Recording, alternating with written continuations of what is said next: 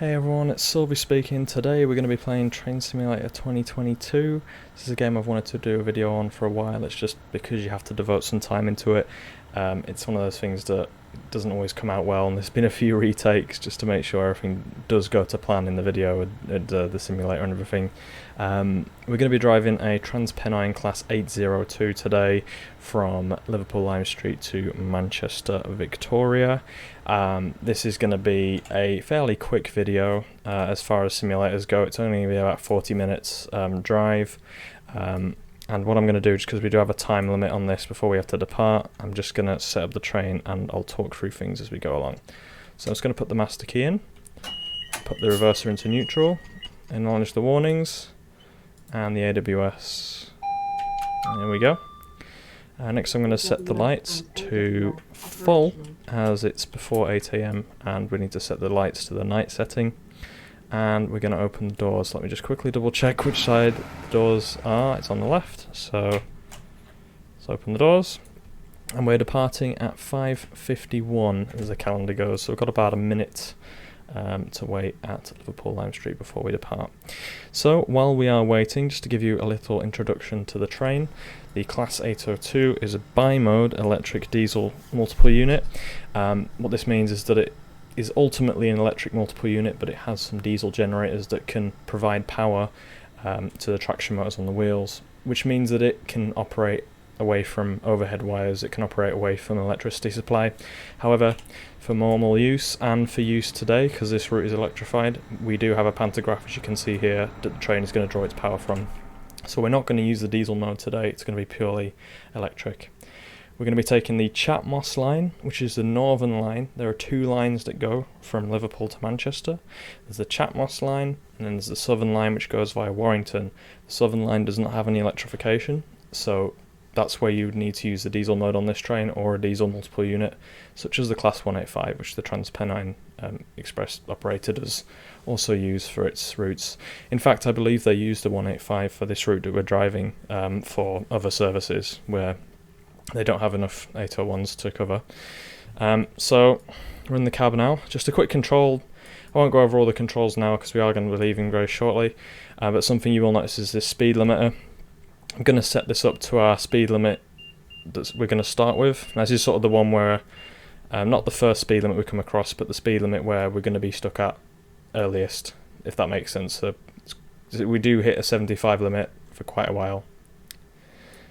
Okay. So the doors are closed, got the guard buzzer, we just need to acknowledge that twice, and then we stick it into forward, turn off the DRA, as our signal is green so we don't need it, and we're going to give it some power. So we'll give it about 50% power to start with, just because we've only got a starting limit of 15 miles an hour, and we don't want to rush too much to that limit. So we're just going to give it some gentle power. You can see our speed down here, and the limit is below that, so just keep that in mind when we're looking at these. Just going to bring it up, and as we hit 15 we'll just idle and we'll coast. As you can see, it's quite early in the morning. It is a summer. I believe this scenario takes place in July, however it is only 10 to 6 in the morning, so we are still talking around dawn kind of time. Now the departure from Liverpool Lime Street is quite a slow one.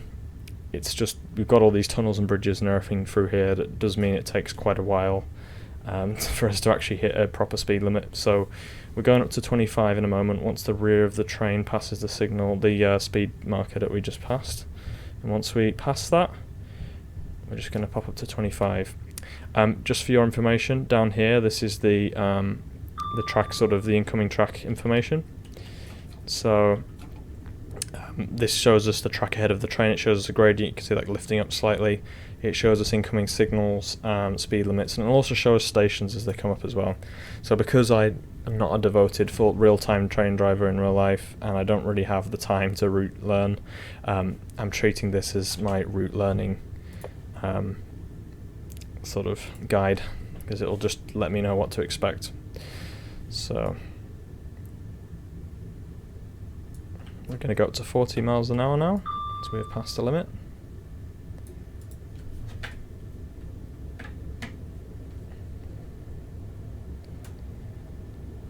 And we've got two stops today, so we're going to be stopping at Lee Green first of all. It's a small station.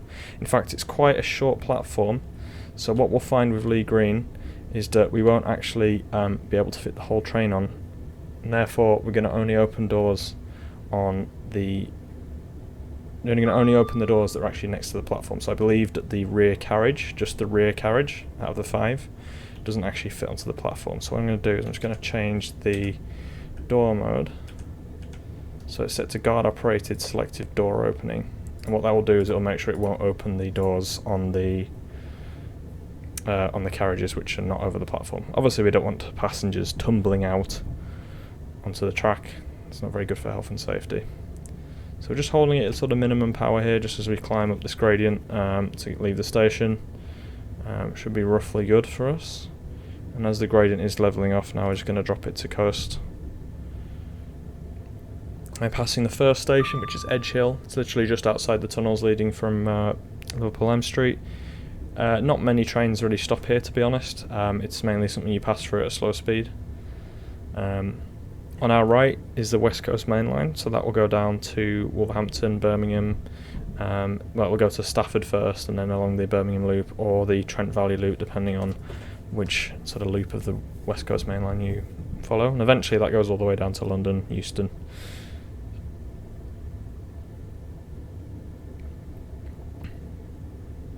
Okay, so I've got a 75 limit just ahead. We're just going to go through it, and then once the rear of the train passes that, we're going to accelerate up to 75. So there we go, speed limit's clicked up to 75, give it full power. What I'm going to do as well is I'm going to enable the speed set, because when you enable the speed set, when it does hit that speed, it should hold it automatically. What you can do as well, when the train is actually at speed, and say we're changing speed limits that are fairly close together, for example 75, 90, 100, 80, sort of within sort of 20-30 miles an hour of each other, you can actually just modify the reading on the speed set, and what that will do is it will brake and accelerate the train automatically. Now when you are using the speed set for controlling the speed in this way, it only applies minimum brake.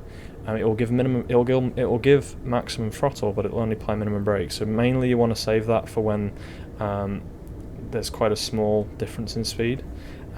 If you are going from say 90 miles an hour to 15 or 30 or 40 or something like that, then you're going to want to manually brake. Just safer to do that, just because you'll be able to use more of the brake. Of course you could brake early if you wanted to, but then you might lose some time on your timetable. So we're holding at 75, we've got an 80 limit, and then shortly that goes up to 90. And 90 is our maximum speed on this route. So yeah, it doesn't really use the Class 802's full speed, because obviously the IET trains, the Class 800, the 801, 802, 803, they all have a max design speed of 125. Well, they technically have a max design speed of 140, but on the UK railway they only go up to 125. So we're not really going to reach that on our run today, just because the max limit for this line is 90. It's fairly fast for a line. It's sort of a suburban kind of, an average suburban line speed is 90. Now if we were taking this route via the South Line, which goes by Warrington, because it's not electrified, we would need to use the diesel mode on the train to provide power to the traction motors. As far as I'm aware, the Class 802s don't really travel via the South Line. I'm not sure if the 8185s travel by the South Line, I'd have to look that up. But I believe the South Line is used as a secondary route now, as the North Line, the Chat Moss Line, is not just has electrification, but it's also more direct, and there are less stops en route, so it's more of an express route. There's only a handful of stations on this line, whereas if you look at the Southern Line, it's very busy. There's quite a lot of stations in short order. Let's get a little horn toot at the station. Just like doing that, it's not technically standard procedure. Okay, so we've got a few stations here. These are actually the Merseyrail. They tend to be Merseyrail stops. So the Merseyrail trains do actually share this track at this point. For those who don't know, Merseyrail is the metro system of Liverpool. So they do come out this far. However, there is a point. If you hear that beeping that goes off, that's the DSD. So it's a driver safety device. So essentially, it'll go off if you don't move the controls in every 30 seconds, and you have to acknowledge it by lifting the pedal on the floor. This is just so the driver doesn't go to sleep, and if the driver does go to sleep, then the train will stop. If you don't acknowledge that pedal, the alarm, if you don't acknowledge the alarm in 10 seconds, I believe, or 5 seconds, the train will apply automatic emergency brakes. It's a safety feature. Also, when we go over these little magnets in the track that you've noticed before the signals, you'll notice there's that ping that goes off. This is just the AWS. So the AWS, the automatic warning system, it basically prevents us from crossing any signals that are red and ploughing into traffic or an obstruction of some kind. How it works is if the signal is a single amber, a double amber, or a red, so those are all caution or danger aspects, then when you pass over the magnet before that signal, it will blare a continuous tone. So what you've heard there is the ping, because it's a green signal. You don't have to do anything then, but if it blares a continuous tone, then we will have to acknowledge it with the AWS plunger. And by doing that, we have acknowledged as a driver that there is a caution or a danger aspect. If we don't acknowledge that, like the DSD, if we don't acknowledge that within 5 or 10 seconds, then the train will come to a halt with the emergency brakes. And what that prevents us doing is it prevents us doing something called a SPAD, or SPAD, stands for Signal Pass at Danger, which is when we pass a danger signal, which is a red signal, without stopping, which is very, very bad on the railway, and it'll probably get you fired, because when you pass a red signal, that means there's a train in the next signal block. So you could very easily hit a train if you just blindly pass a red signal. So yeah, you pretty much get fired for doing that. So it just prevents this kind of thing from happening, really. Of course, if a driver really wanted to, they could ignore these signals, but I think there'd be more problems then to deal with rather than just a safety system. I think you'd be re-evaluating your driver pool at the train company. So we've got Leading coming up in about 1.3 miles. As you can see, it's quite a sedate route, to be honest. It's very clear today as well because it's only 6 AM, there's not much traffic on the route. So it's pretty quiet, which is good. So what we're going to do for Lee Green, the brakes are quite potent on this train, so I'm going to start braking at about 3/4 of a mile. We'll just start a very gentle brake, so we'll just bring the brake down and we'll give it to about 30%, and we'll just wait for that brake to come in. You can see we're dropping speed now, coming through 80 miles per hour, going through 70, 5, 70, give it a little bit stronger now because we are a little bit fast. Okay.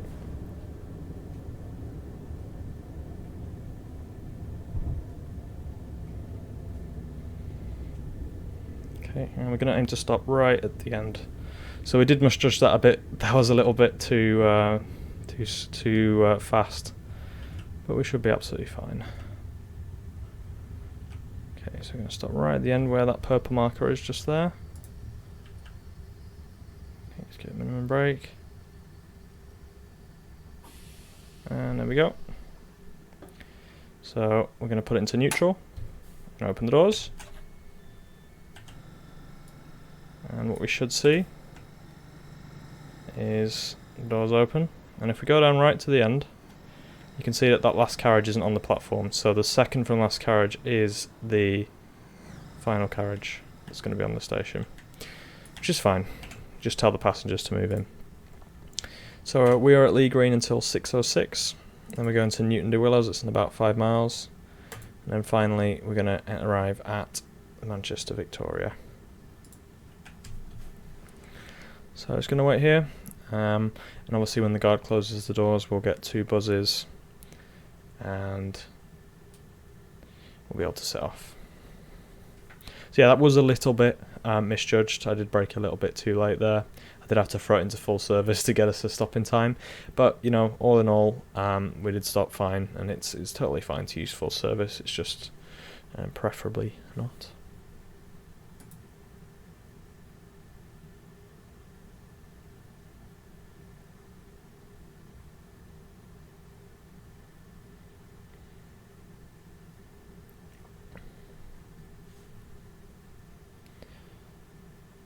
Okay, so I'll just give it away and we'll just check outside.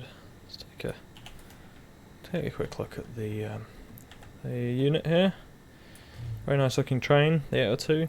There was a bit of backlash when they first brought in the IETs, for those who don't know, because ones, for example, the LNER 801s, the LNER 800s, the GWR 800s and 802s, they were all replacing the high-speed trains, the Class 43 HSTs, which are obviously a very liked train in the enthusiast community for their sounds, for sort of their engineering, that kind of thing.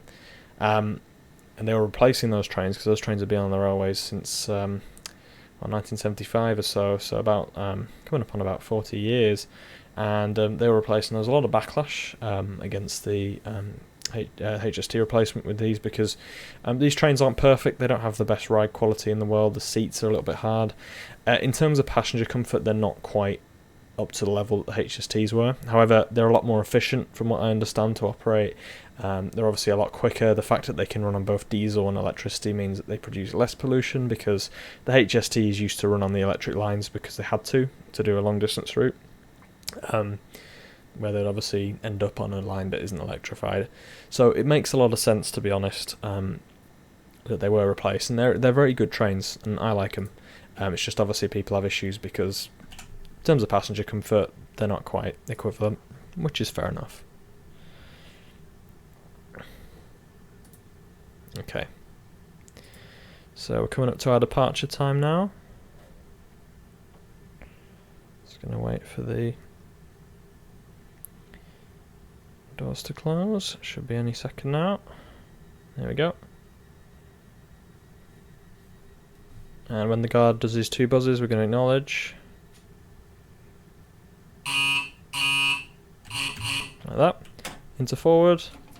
And pretty much give it full power, as we are departing to a 90-mile-an-hour limit. These trains accelerate very quickly on full whack, as you can see. We're already at 20, pretty much.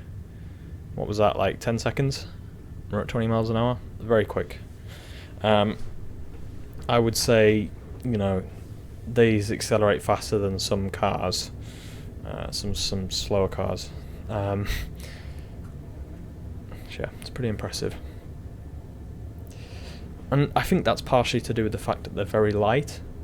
So they're a much lighter train than the HST. Obviously they don't have massive diesel engines in them. Quite small ones really that exist underneath the cars. So because of that, they're quite they accelerate very quickly. I will say that they do struggle a bit at the higher speeds. When you get 100 plus, they do start to struggle a little bit. They just slow down a fair amount at that point. Right, a DSD. Compared to something like, not so much a HST, but compared to something like a Class 390, which is in some regards a comparable intercity train. While the Class 390 takes a lot longer to actually accelerate up to that speed, because it's a lot heavier, there's tilting equipment, it's a much stronger body frame. When it does get to the high speeds, the momentum does work in its advantage. It's very, very quick, the Class 390. When you get 100 plus, it just keeps on going. And it doesn't really become sluggish at those high speeds, whereas these trains will. So there we go, just hit 90 now. And again, it's just a case of just sitting there and letting it cruise. It's quite an uneventful route, the Chatmoss, to be honest. The reason I picked it for the video is it's quite short, so it won't take up hours of your time, which is obviously what I want. So we'll just let it pretty much sit on cruise control. And as a driver, it's our responsibility to just keep an eye ahead, make sure there's no obstacles, keep an eye for signals, temporary speed restrictions, that kind of thing. But it is mostly a hands-off experience.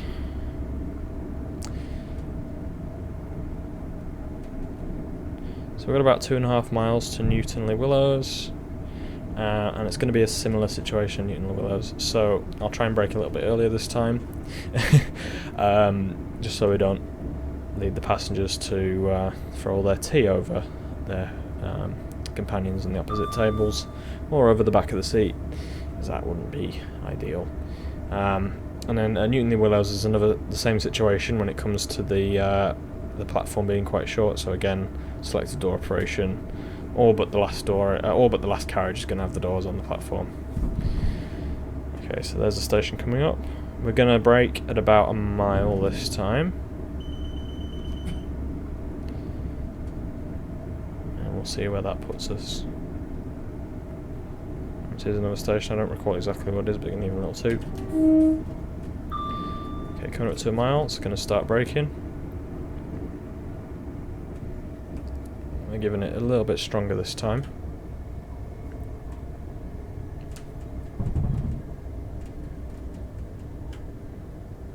Okay, it's an analog brake on the IETs, so it's totally fine to feather. You don't really have specific notches like you do with some smaller units.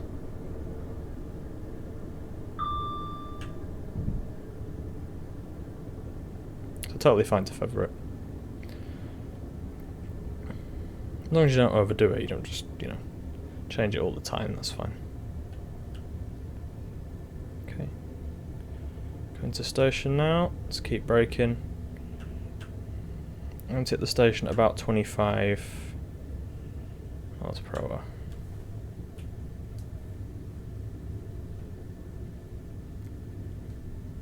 There's another 802 service on the platform. Put it into minimum brake now. Again, it is quite a short platform, so we do just need to be coming in fairly slowly.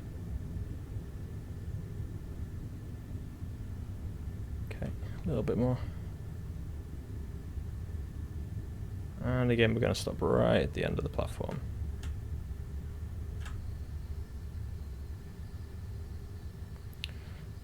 We're a little bit short here, so I'm just going to release the brake quick. And we'll put it on again.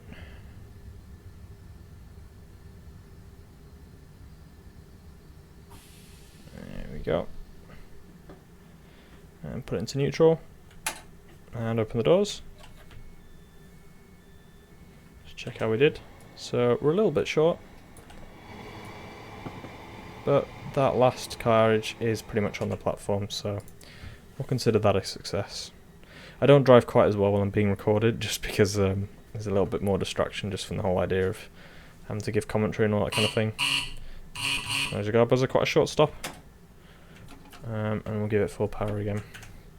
So yeah, quite a short stop there. We've got about 50 miles to Manchester Victoria now. So the longest stretch between stations on this particular run. And again, just stick it in full power, let it build up to 90 and we'll just leave it.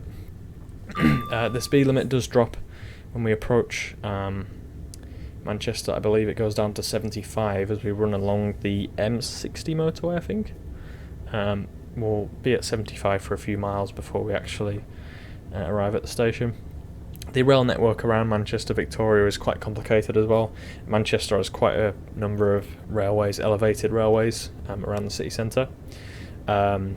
And the other stations are all sort of connected together. Manchester Victoria, Manchester Oxford Road, Manchester Piccadilly. All the main stations are kind of connected together through elevated railways.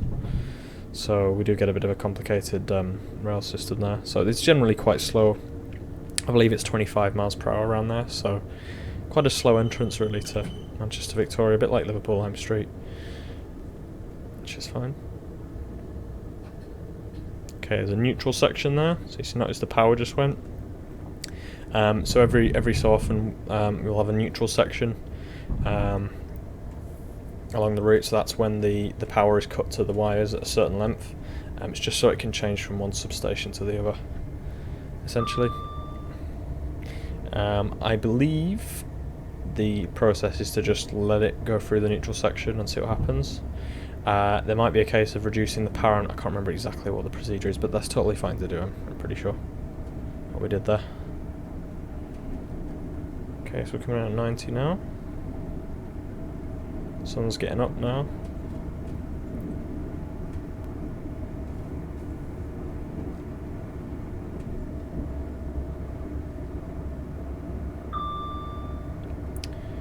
Again, just keep an eye out for any double yellows.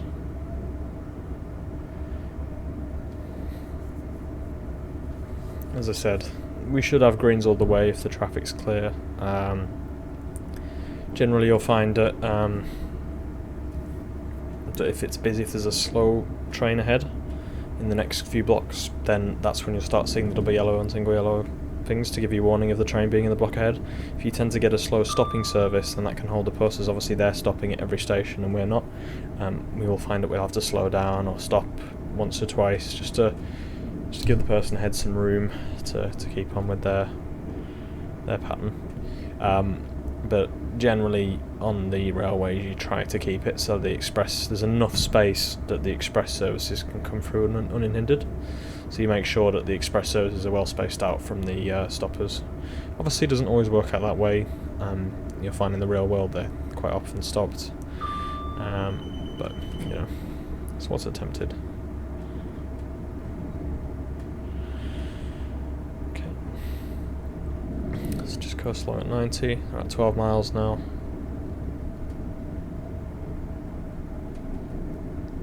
Quite an easy route to drive, really. Not too many gradients. Not a lot of curves. Pretty much 90 most of the way with a couple of 75s. It's a very easy route. In fact, you can see our 75 coming up there. I think there is one curve which necessitates that 75. I think that's what that 75 is for, is taking that just one curve. So what we're going to do here, by the way, is it's obviously not a big speed reduction. We're going to wait until we get a little bit closer, and then I'm going to drop the speed set to 75, and you should watch the train brake minimum on minimum brake force. It should drop down to 75, and we've got a 60 coming up after that. So we're just going to go ahead and just use a DSD, drop that down to 75 now. And you'll see that train is slowing down, maybe a little bit early, but just to demonstrate.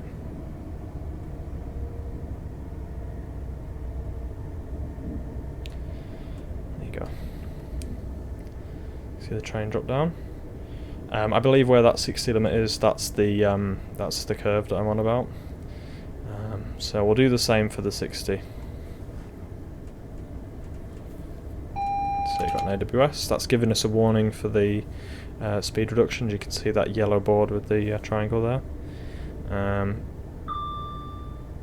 So we're going to drop it down to 60 now.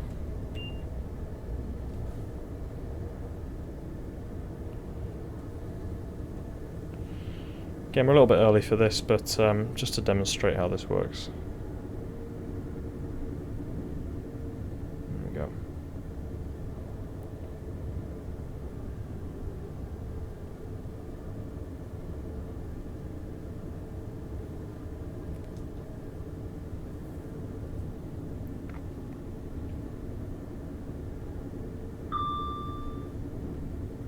We're still well on time for Manchester Victoria anyway. As you can see, the ETA is 6:27. We're only intended to get there at 6:31. So we've got plenty of time. Doesn't matter if we break a little bit early. Okay. And we got our 75. So once we pass that, we're going to accelerate up to 75.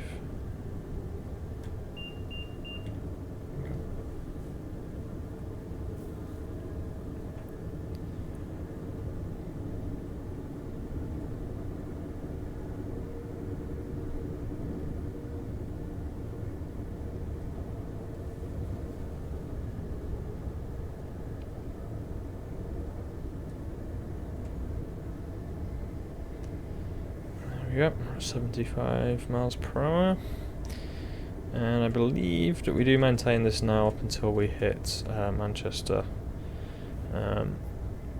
May be wrong, but I think as we're only 8 miles away, we do actually maintain this speed now.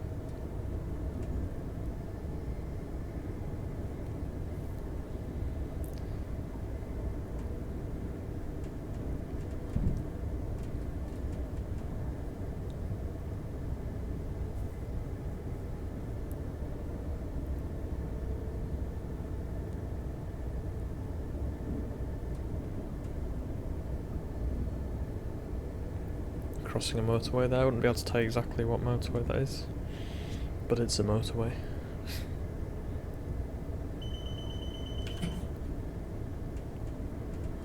Okay, 6.5 miles. Quite a leisurely stroll really. 75 isn't very fast. It's the max speed of the sprinter units that will probably be doing this, I believe, do travel on this line occasionally. The Class 150s and the Class 156s and the Class 153s and the Class 155s all top out at 75. The Class 158s top out at 90. So the Class 158s could get up to the full speed on this line, the full line speed.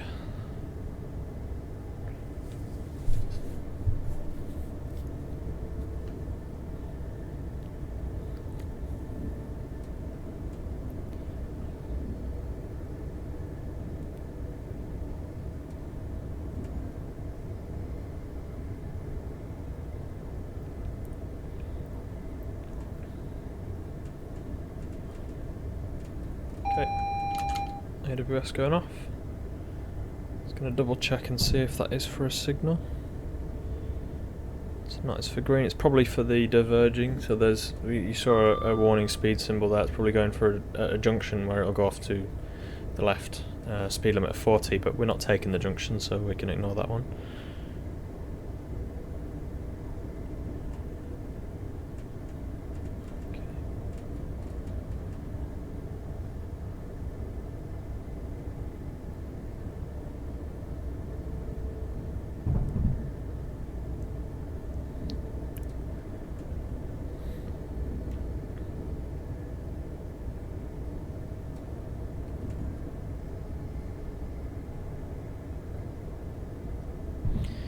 About 4.3 miles now.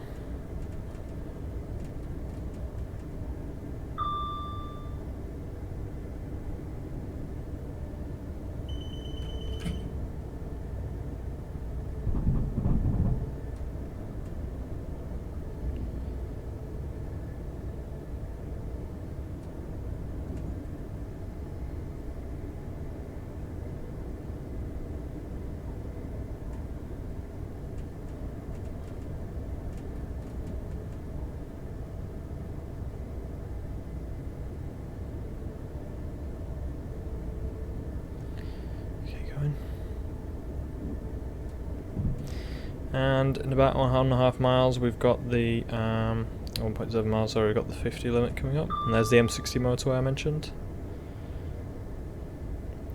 And then following that 50 limit we've got a 30. So as we are only going 75, we're going to give it quite a while until we start braking for that, so no rush.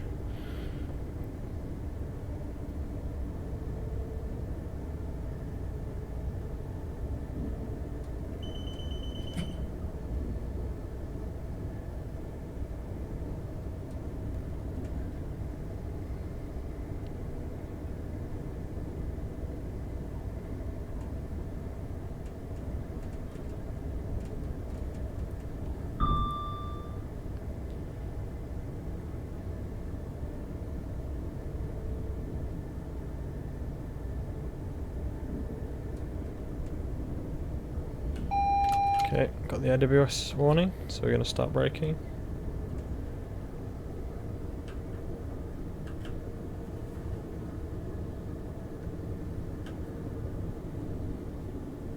Yes, fairly steady.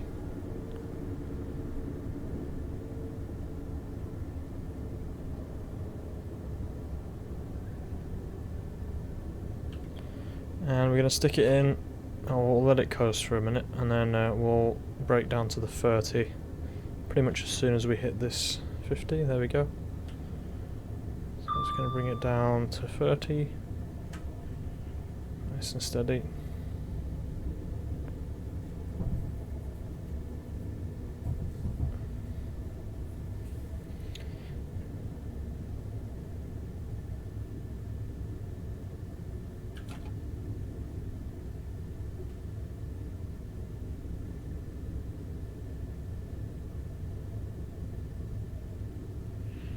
Okay, it's a bit of lag where it loads in the whole of Manchester. There we go. Let it coast along at 30. If we need to boost it up a bit, then we will do. Let's give it minimum power. No point using the speed set at this point. because we're almost there.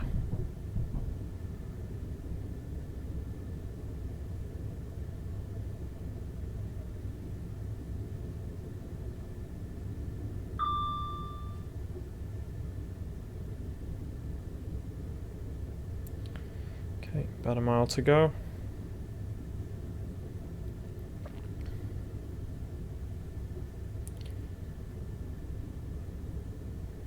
So we're losing a little bit of speed, so I'll just give it minimum power just to bring it back up to 30 again. That's like coast. And we've got a 25 coming up shortly, which we're just going to gently brake towards. And then that'll take us pretty much all the way to Manchester, Victoria. There is a 40 limit, as you can see right at the start of the station, but as we are stopping, we're not actually going to pay attention to that.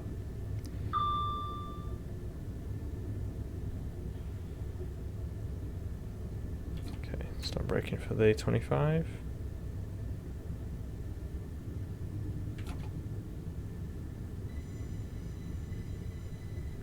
Bit of flange.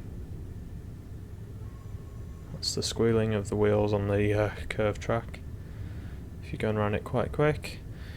There, we're at 25 now. There you can see Victoria in the distance. So we're just going to let it coast down. Now Victoria is quite a big station, so we'll need to brake sort of roughly near the end.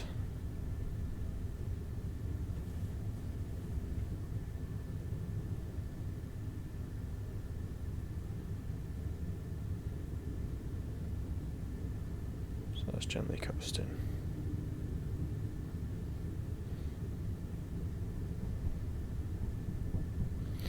And we're actually 5 minutes early.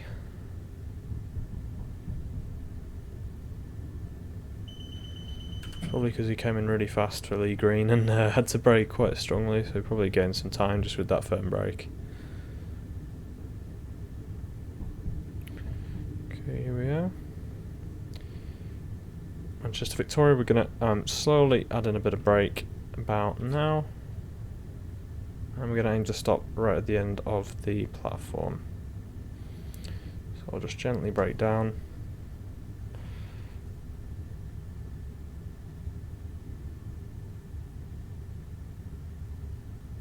Okay, let's release.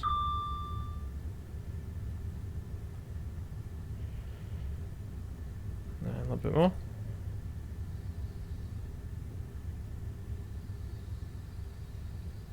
I'll just get a little bit firm just so we don't stop too far. And back to the minimum for a gentle stop. There we go. To minimum. Open the doors. And we're at Manchester Victoria. So that's pretty much it. We're here for until 6:31, but this is our final stop on this scenario. So we're going to call it a day. There's a Northern 158 service there. So thanks for watching that. Thank you for accompanying me on this train driving ride. I've wanted to be a train driver in my life a fair bit, just because I know obviously a fair few things about it, and I do find this quite enjoyable, just a nice relaxing thing to do. So thanks guys for watching, and I'll see you guys next time. Bye bye.